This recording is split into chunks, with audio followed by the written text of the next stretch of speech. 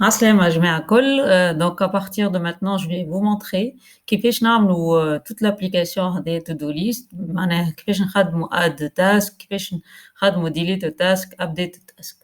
Donc بدلت شوية في CSS تاع الباج، عطيت شوية كولوريت les boutons، عملت شوية disposition، بدلت les dispositions et aussi j'ai enlevé tous les champs superflus. خليت كان title و duration. donc في الليست متاعنا اللي موجودة في الأب باش تلقاو juste title duration.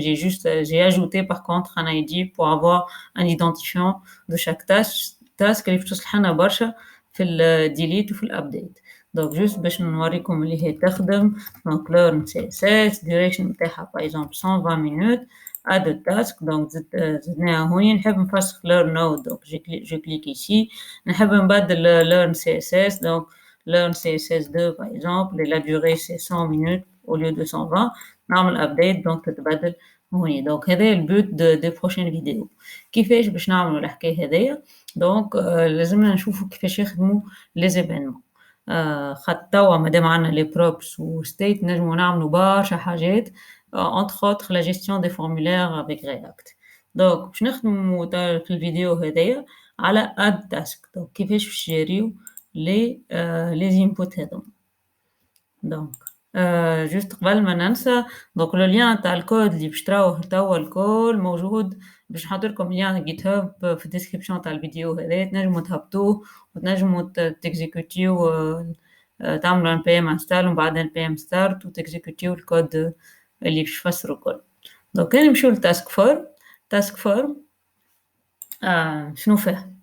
تاسك فورم فيها deux inputs.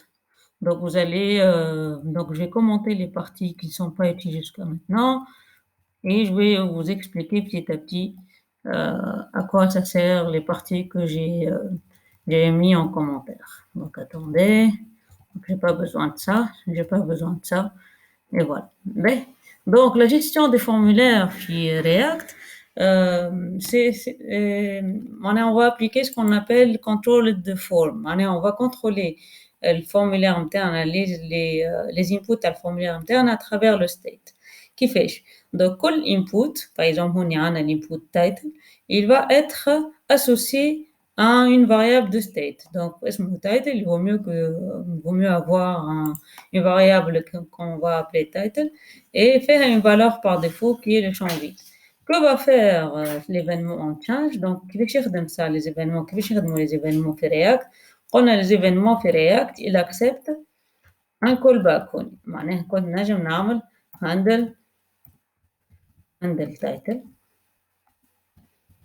ok ونجي هوني je crée handle title et bien sûr je mets ma fonction ici. mais on change كي يتبدل أي حاجة في الشامب تاعنا input on change باش تبعث الhandle title l'événement qui a été lancé. و l'événement qui a été lancé عنده التارجت نتاعو وفي وسط التارجت عنده الفاليو نتاعو. donc الفاليو هوني elle correspond à la valeur qui a été saisie ici. donc suite de l'événement on change شنو باش يصير؟ donc on va appeler la fonction handle title avec l'événement E et que fait cette fonction-là? Elle va changer la valeur ta variable d'état title. donc à partir de ce moment-là, title elle aura la valeur ta ce qu'on a saisi. par contre, donc on va voir déjà si ça marche ou non. donc on va inspecter notre composant, c'est le task form et on va essayer de lui donner par exemple learn CSS. donc vous remarquez très bien que la variable state est en train d'être changée. donc ok, ça fonctionne. donc je vais ajouter par exemple 51 minutes. donc add the task, ça fonctionne, ça a été ajouté à la fin.